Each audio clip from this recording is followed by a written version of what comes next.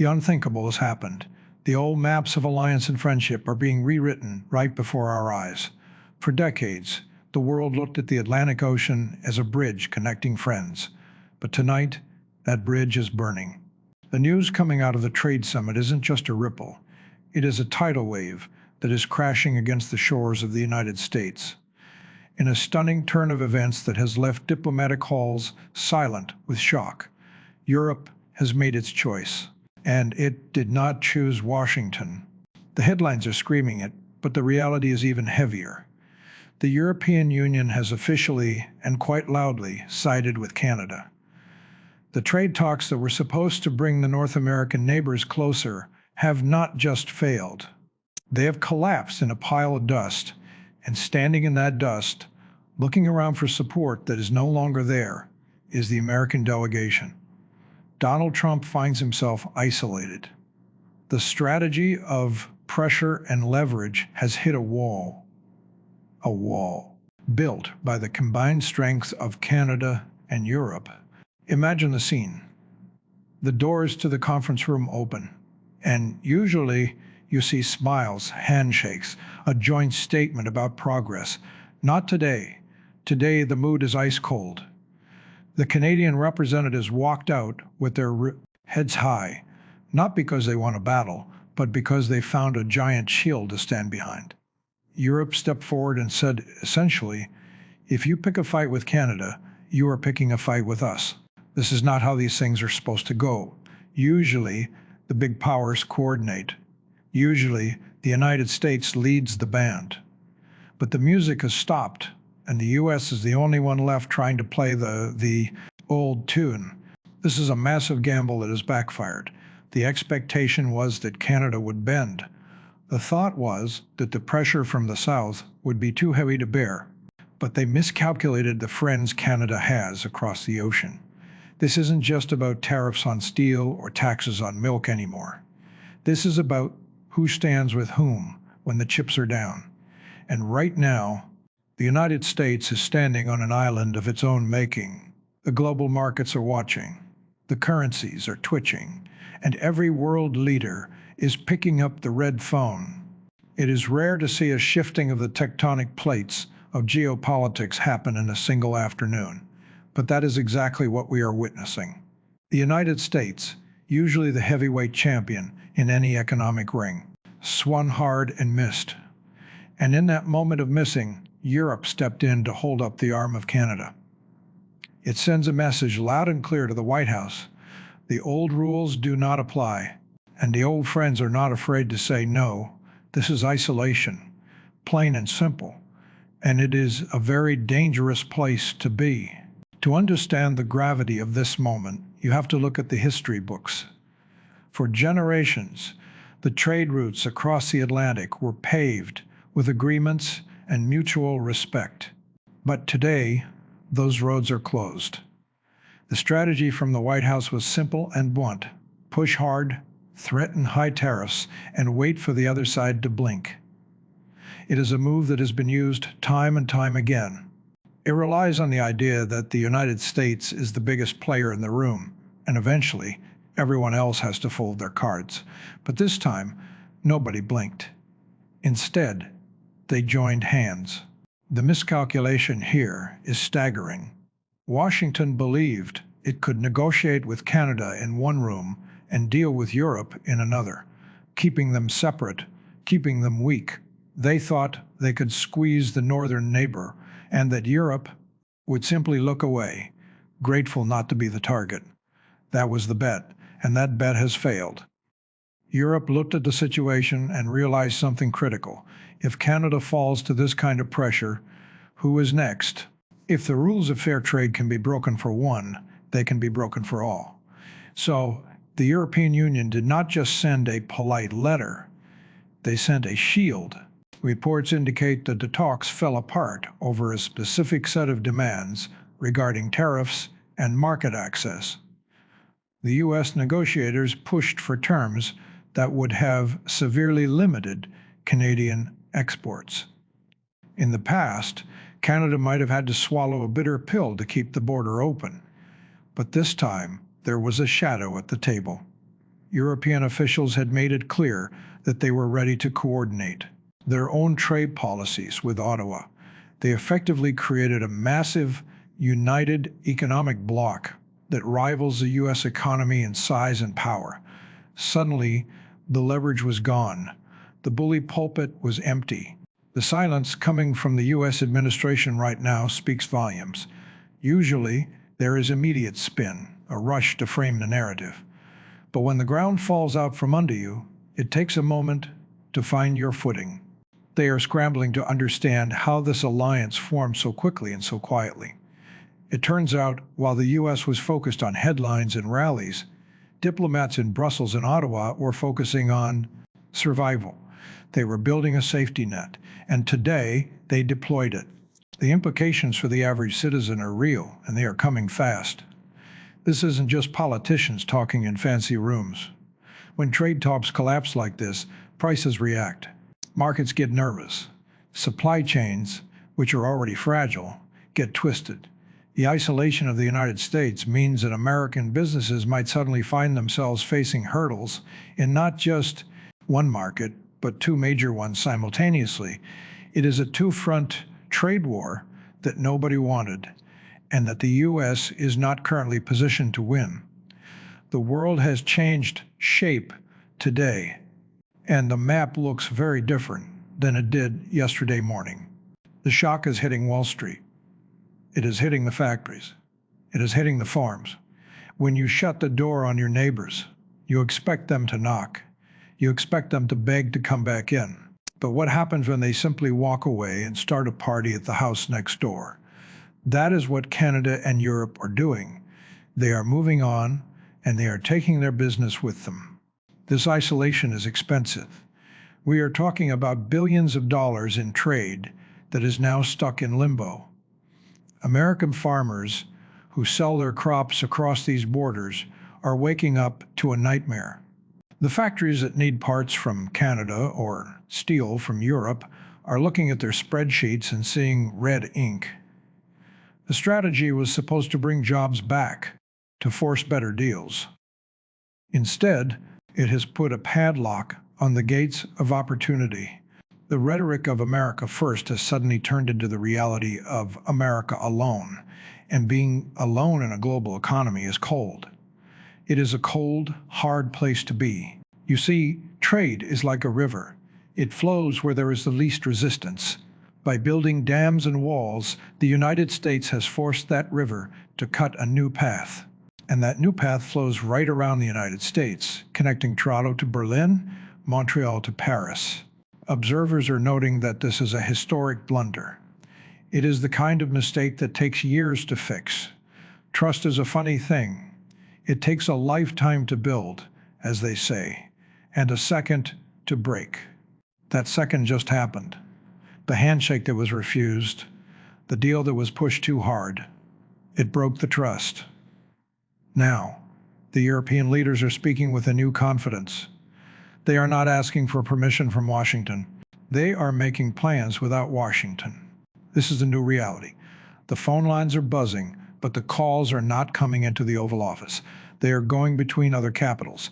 The center of gravity has shifted for a long time. The sun rose and set on American economic power.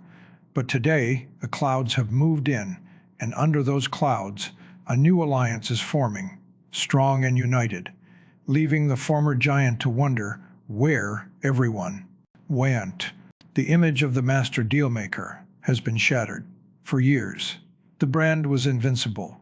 The promise was always that the United States would win, and win so much that the people would get tired of winning. But tonight, there is no winning. There is only a stark, cold loss. The man who wrote the book on negotiation has just been outmaneuvered by a quiet coalition that refused to play by his rules. And that, perhaps, is the most stinging part of this entire saga. It wasn't a shouting match that defeated the U.S. delegation. It was silence. It was the calm refusal to be bullied.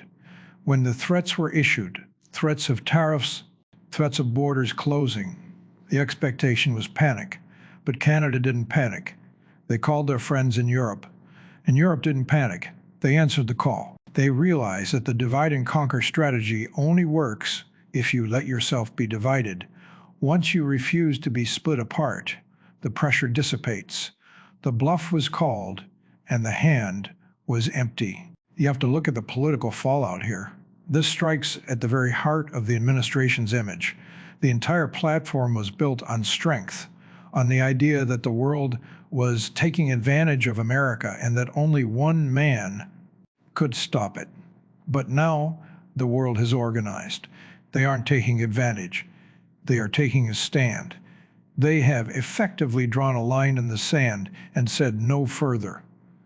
And because they did it together, there is nothing the White House can do to punish one without punishing the other.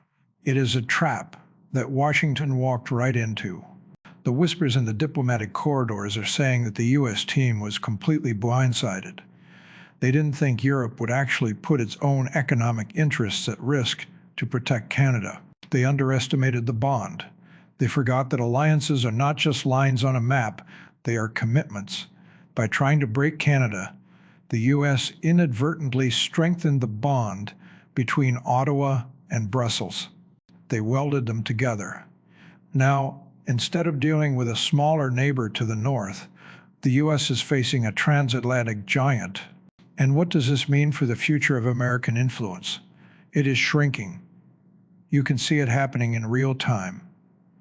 When you are the one left out of the room, you are not the one making the decisions. The rules of the next century are being written right now, and for the first time in a long time, the pen is not in American hands.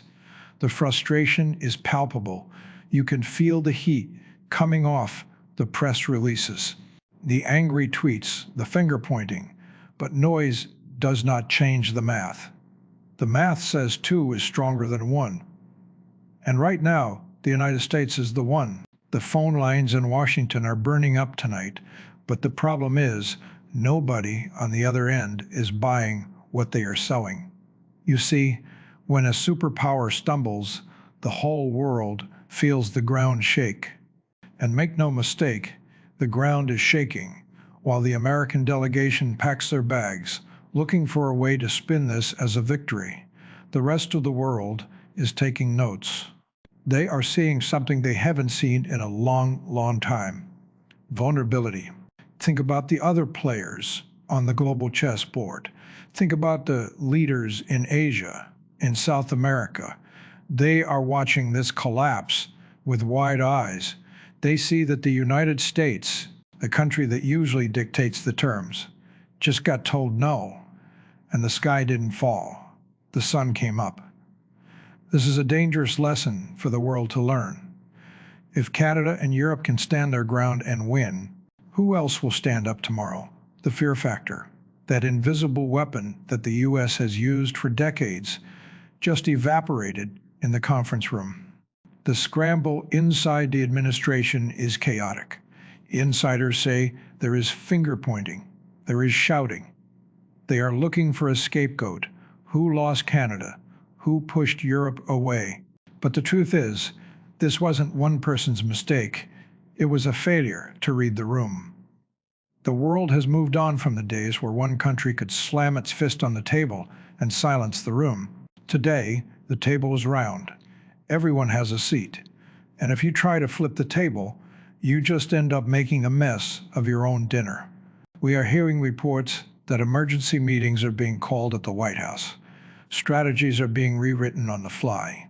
There is talk of damage control, but the damage is done. You can't unring a bell. The image of the U.S. isolated, standing alone while its oldest allies shake hands and make deals without them, is burned into the screens of every television on the planet. It is a moment of weakness that will be exploited. And what about the American people? They are the ones left holding the bag. They were promised better deals, lower prices, more respect. Instead, they are getting isolation and uncertainty. The businesses that rely on stable relationships are now staring into a fog. They don't know if their goods will cross the border tomorrow. They don't know if the prices will double next week. Uncertainty is the enemy of prosperity. And right now, Washington is exporting uncertainty by the boatload. The master plan has failed, and there is no backup plan in the drawer. Now, bring it back home. Take a look at the towns across the American Midwest. These are the places that were promised a revival. They were told that if the United States got tough, the factories would hum and the jobs would pour in like rain. But tonight, the forecast is dry. The workers in the auto plants, the farmers in the cornfields, they understand what just happened better than the politicians. Do they know that you cannot sell your product if the store is closed? And the store just closed. The strategy was supposed to be a sledgehammer that would crack open new markets. Instead, it was a boomerang, and it has come back to hit the very people it was supposed to protect. When Canada and Europe link arms, they create a market that is bigger, richer, and more powerful than the American market alone. They don't need to buy American corn if they can trade between themselves. They don't need American steel if they could build their own supply chains. This is the nightmare scenario for American industry. They are being written out of the script. There is a sense of disbelief rippling through the heartland.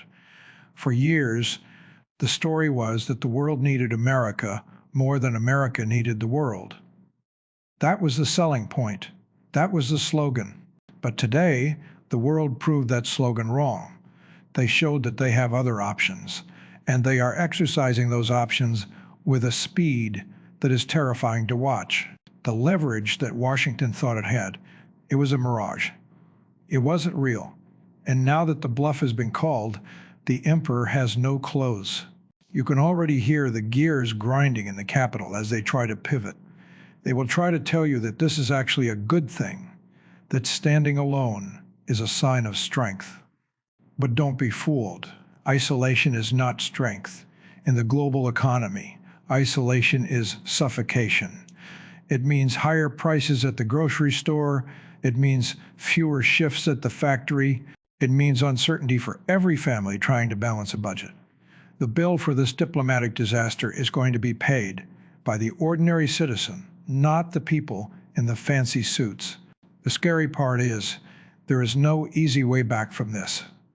You cannot just walk back into the room tomorrow and say, just kidding. The damage to the reputation of the United States is deep.